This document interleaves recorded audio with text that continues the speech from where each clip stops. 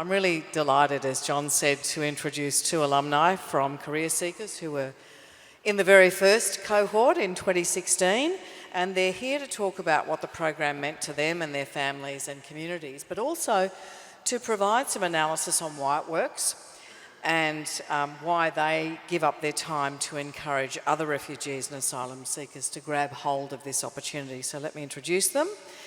Firstly, Bassam Almaged, with the assistance of CareerSeekers in 2016, while he was a university student, he secured an internship with Lend-Lease on the North Connects project.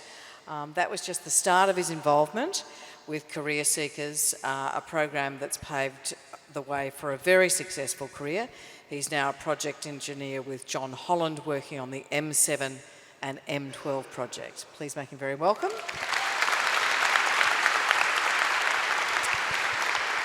Hafiza Nejati also has a long association with CareerSeekers. She was one of the first speakers ever at these spotlight events. She interned at IAG while studying economics and finance at RMIT and is now a senior consultant with PwC. Please give her a very warm welcome as well. So Hafiza, let's start with you. Tell me how you became a refugee and how you came to be in Australia. Can everyone? Okay, it's good.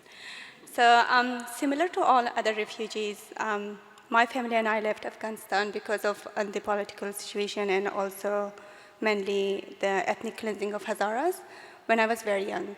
So we fled Afghanistan and came to Pakistan, where we took refuge, and then I got the opportunity to get my education there.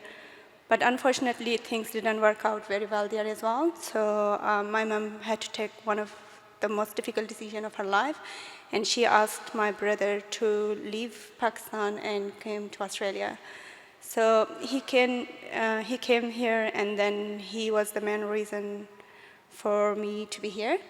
And he sponsored my mom and along with two of my other siblings. So that's how we came to Australia. The story is very long, so I just want to keep it very short. Yeah. That's a very short version of what happened, but along the way you lost your father, and your mother, I think, was the first example of real resilience and determination for your family, wasn't she? She is. Bassam, tell me your story. Take me back to Iraq in 2010. What was happening for you? Yeah, sure. Good evening, everyone. So as you mentioned, I'm originally from Iraq, and in 2010, while I was studying, I was in my second year of uni doing mechanical engineering. As it's not really different to many of us in here, we had received like a direct threat on our lives, and then we had to leave our house like within 3 days. We just moved from our hometown to another city, stayed there for like a month to prep all the paperwork, and then we moved in 2010 in December to Syria, where we stayed for 3 years, and then we applied through UN for resettlement. And then in 2013, we got in here to Australia.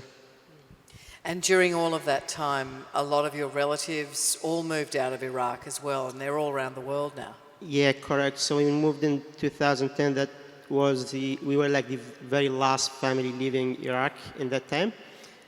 We have no one left in there now.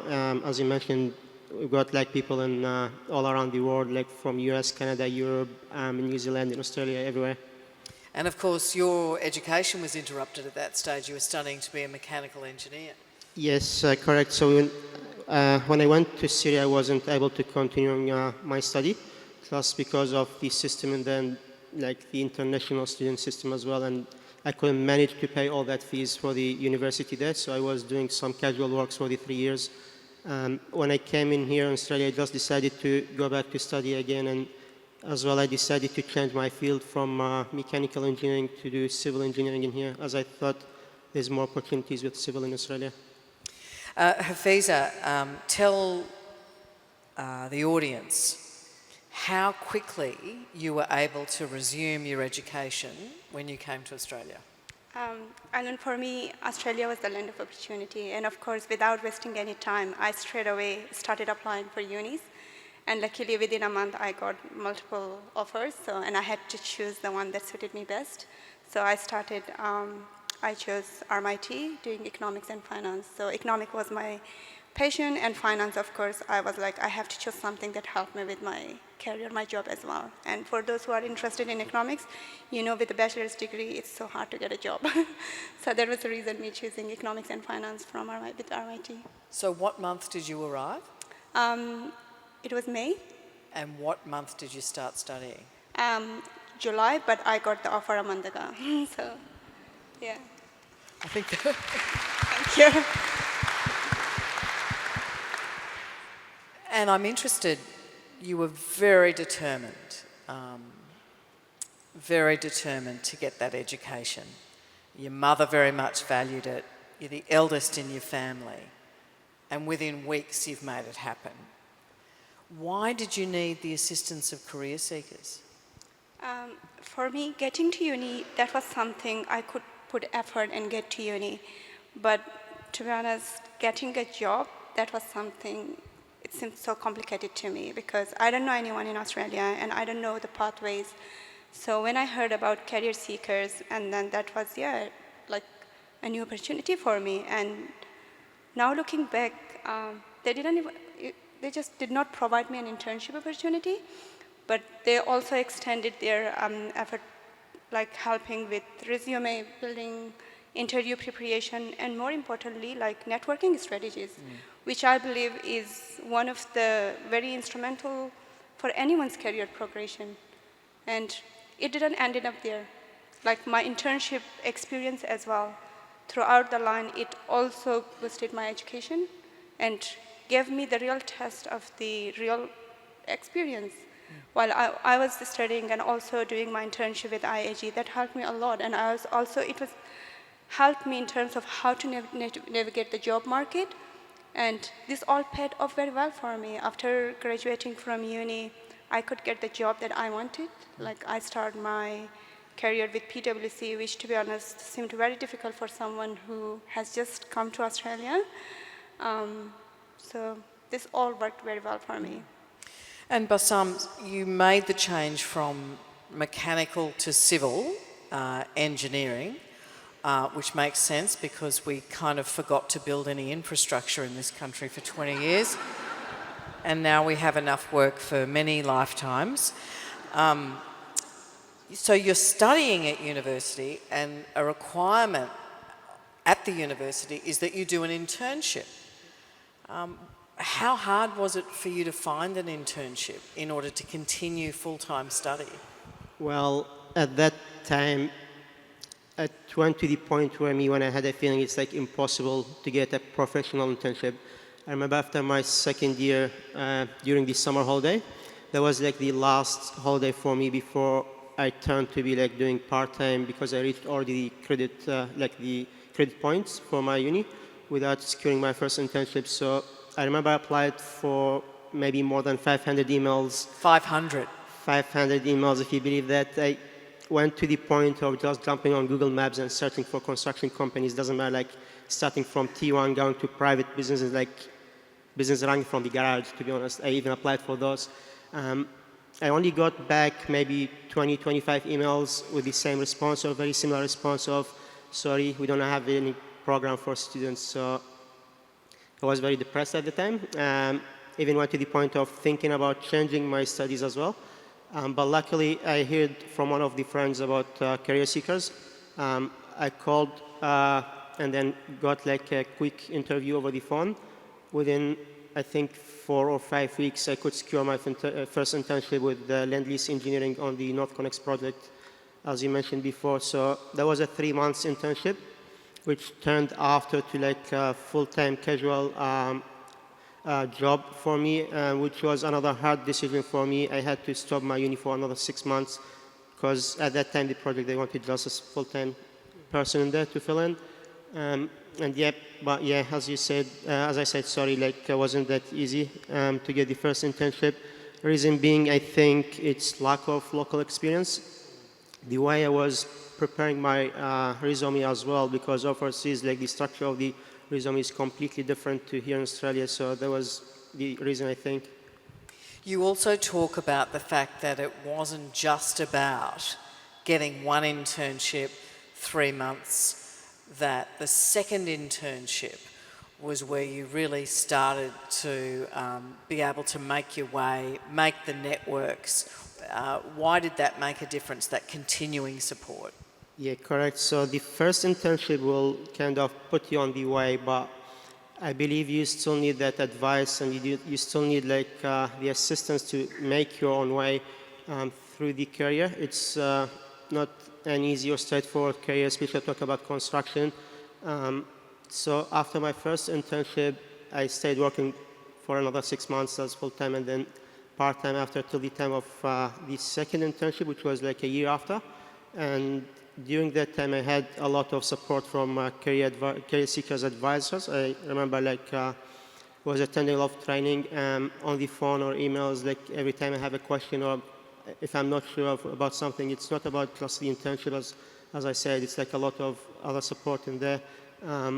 Attending like similar events to this one, like networking, professional support of like building like a professional career as well, like the resume and interviews, preparation, all of that stuff, yeah. It's all critical, it's all necessary. It is all. We're running short on time, but Hafiza, you're now a successful professional. You're incredibly busy, and yet you come back year on year to provide support. Why do you find that? Why do you prioritise that? Why do you do that? And I think it's so important for me to now give back and share my story to majority of the participants who are in the same position where I used to be 8 years ago. I remember how I was doubting myself. As you mentioned, despite having that determination and getting straight away to uni, still I doubted myself back then. So now, just to share that, please don't doubt yourself. Keep working hard and keep yourself open for all sorts of the opportunities. It's just giving back here. And if someone gets inspired with my journey, then why not? And you were saying to me just out the back before, it's such an important message to believe that it's going to lead somewhere, because it's tempting to just get a job, any job that doesn't fulfill your potential.